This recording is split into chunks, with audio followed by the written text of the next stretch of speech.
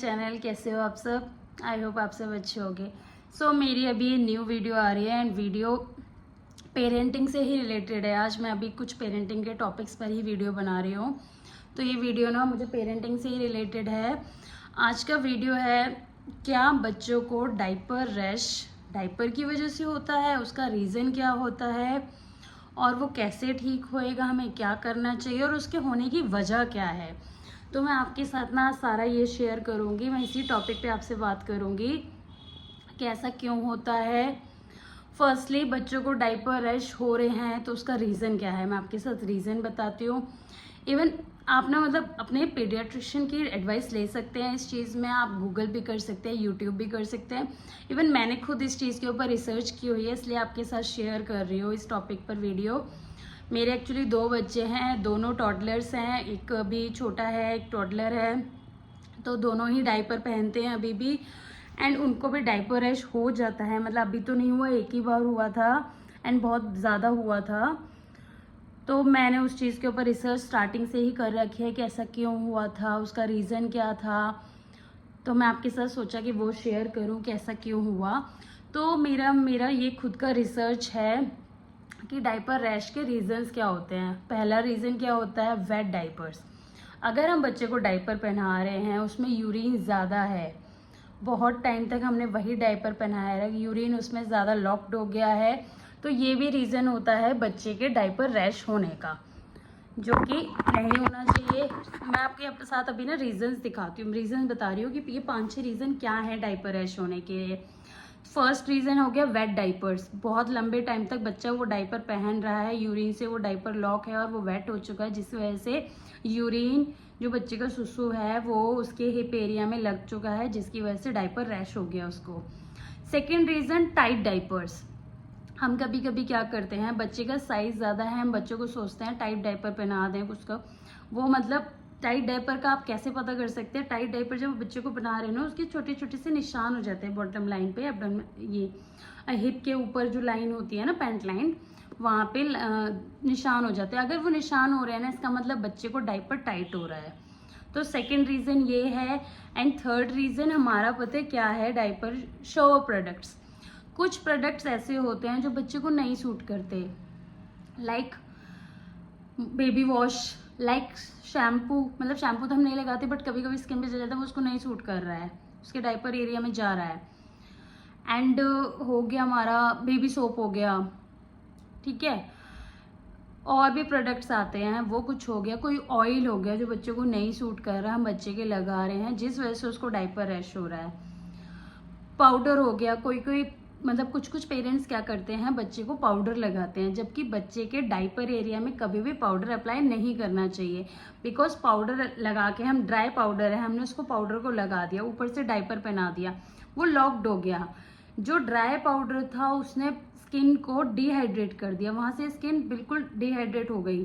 तो इस वजह से भी बच्चों को डायपर रैश हो गया। एंड डायपर रैश होना बच्चों के लिए हार्मफुल इसलिए है क्योंकि वो इन्फेक्टेड भी हो सकता है, वहाँ से इन्फेक्शन फैल सकता है। एंड और रीज़न हमारा पता है क्या हो सकता है डायपर रैश के लिए, ब्रांड ऑफ डायपर। मान लो उसको ब्रांड, जो हम ब्रांड उसको यूज़ कर रहे हैं डायपर की, वो नहीं सूट कर रही है, डायपर हार्ड है, तो आप क्या कर सकते हैं, ब्रांड चेंज करके देख सकते हैं।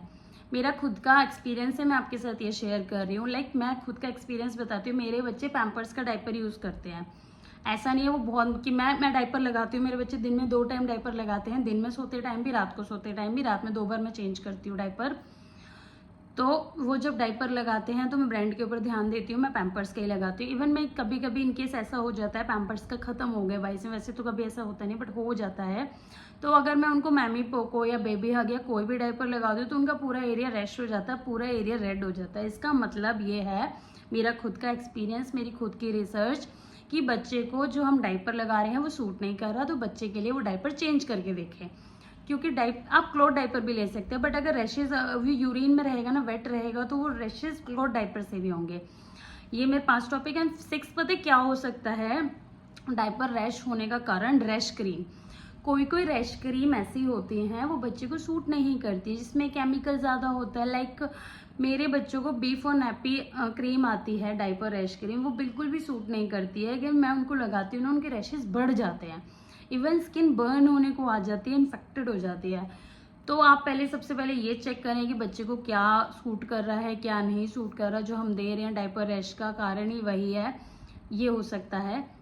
अब मैंने आपके साथ इसके साथ शेयर करती हूँ सॉल्यूशन, कि सॉल्यूशन क्या है इसका डायपर रैश का। एंड फर्स्ट सॉल्यूशन ये है कि आपको डायपर को टाइमली चेंज करना है। डायपर को 2 या 3 घंटे बाद चेंज करना ही करना है। ज़्यादा लॉन्ग टाइम के लिए आप डायपर को नहीं छोड़ें। सेकेंड रीज़न, बच्चे का डायपर में पॉटी रहना। कभी क्या होता है, हमने डायपर पहनाया, बच्चे ने उस टाइम पॉटी कर दी, हमने नहीं देखा, वो बहुत टाइम तक पॉटी उस डायपर में रही ना, उसके स्किन से लगी हुई, तो इससे भी वो इन्फेक्टेड हो सकता है, उसको डायपर रैश हो सकता है। तो रैशेस का बहुत बड़ा कारण है पॉटी करना डायपर में। अगर मतलब कुछ लोग लापरवाही कर दे, मान लो आपने अभी डायपर पहनाया, उसने पॉटी कर दी, तो कुछ पेरेंट्स सोचते हैं, कुछ लोग, मतलब भी मैं सबका नहीं कह रही, क्या है, सबकी अपनी अपनी सोच है, तो कुछ लोग ये करते हैं कि आप लापरवाही कर देते कि थोड़ी देर इसको डायपर और पहने देते, अभी तो बनाया था। तो वो सबसे बड़ा रैश का कारण है। उसको डायपर को तुरंत निकालना है, हमें पॉटी वाला डायपर नहीं बनाना। जब बच्चे ने पॉटी की है ना, तो उसको अच्छे से वॉश करना है कॉटन क्लॉथ से या वेट वाइप से। वो अच्छे से क्लीन होना चाहिए, उसमें पॉटी बिल्कुल नहीं रहनी चाहिए। अगर पॉटी थोड़ी सी भी रह गई, वो एरिया क्लीन नहीं हुआ और हमने डायपर पहना दिया, तो भी रैश हो सकते हैं और बहुत ज़्यादा रैश बढ़ सकता है। प्रोडक्ट्स को चेंज करके देखो, कोई न्यू प्रोडक्ट बच्चे के साथ जल्दी से यूज़ मत करो। डायपर टाइट नहीं होना चाहिए, डायपर शुड बी कंफर्टेबल, ज़्यादा बड़ा भी नहीं होना चाहिए, ज़्यादा मतलब टाइट भी नहीं होना चाहिए, ज़्यादा छोटा भी नहीं, लूज़ भी नहीं। लूज़ होएगा तो वो लीकेज कर जाएगा बार बार, इससे भी बच्चा अनकंफर्टेबल रहेगा। और अगर वो टाइट रहेगा तो बच्चा कंजेस्टेड हो जाएगा, उसको डायपर रैश होएगा, बिकॉज उसको वेंटिलेशन नहीं होएगा। जो हमारा एरिया है, बच्चों का एरिया है, जो हिप एरिया है, बच्चे की स्किन है, सबकी स्किन के लिए वेंटिलेशन बहुत ज़रूरी है। स्किन में अगर वेंटिलेशन नहीं मिलेगा तो भी वो रैशेस कर देगी, इन्फेक्टेड हो जाएगी। एंड डायपर चेंज करिए टाइम टू टाइम। कुछ टाइम बच्चों को डायपर फ्री भी रखना है। 24 आवर्स के लिए डायपर कभी भी यूज़ नहीं करने चाहिए, चाहे कॉटन डायपर्स हो गए या नॉर्मल डायपर्स हो गए, कोई भी डायपर हो गया, हमें उसको 24 आवर्स के लिए नहीं लगाना है। जल्दी से जल्दी 2-3 घंटे में उसको चेंज करना है और दिन के 4-5 घंटे उसको डायपर फ्री भी रखना है। आप ऐसा कर सकते हैं, विंटर्स का टाइम है, आपके पास इतना टाइम नहीं है, आपके पास बच्चा, सब लोग अपने कन्वेंस के लिए ये चीज़ें करते हैं, अपने कंफर्ट के लिए।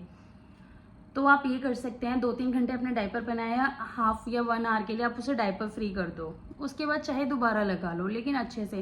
एंड एक और, अगर डायपर रैश क्रीम एक तो चेंज करके देखो, अगर नहीं वो चेंज, मतलब आप डायपर रैश क्रीम नहीं लेना चाहते हो तो आप कॉटन ऑयल लगा सकते हो, कोकोनट ऑयल लगा सकते हो, बेस्ट रहता है कोकोनट ऑयल बच्चों के लिए। ऑलिव ऑयल लगा सकते हो, ऑलिव ऑयल में कोकोनट ऑयल मिक्स करके। विंटर में आप बादाम ऑयल यूज़ कर सकते हो, ये बच्चों के लिए बहुत बेस्ट होता है। आपको डायपर वाले एरिया पे ना लगाना ही चाहिए। कोशिश करें कि बच्चों को कॉटन के क्लॉथ्स पहनाएं, ताकि उसका जो रैश एरिया है ना, वो जल्दी से ठीक हो जाए। यही सॉल्यूशन है बच्चे के साथ। और एरिया को ना अच्छे से ड्राई रखें, हमेशा एरिया अच्छे कोकोनट ऑयल अप्लाई करते रहना चाहिए।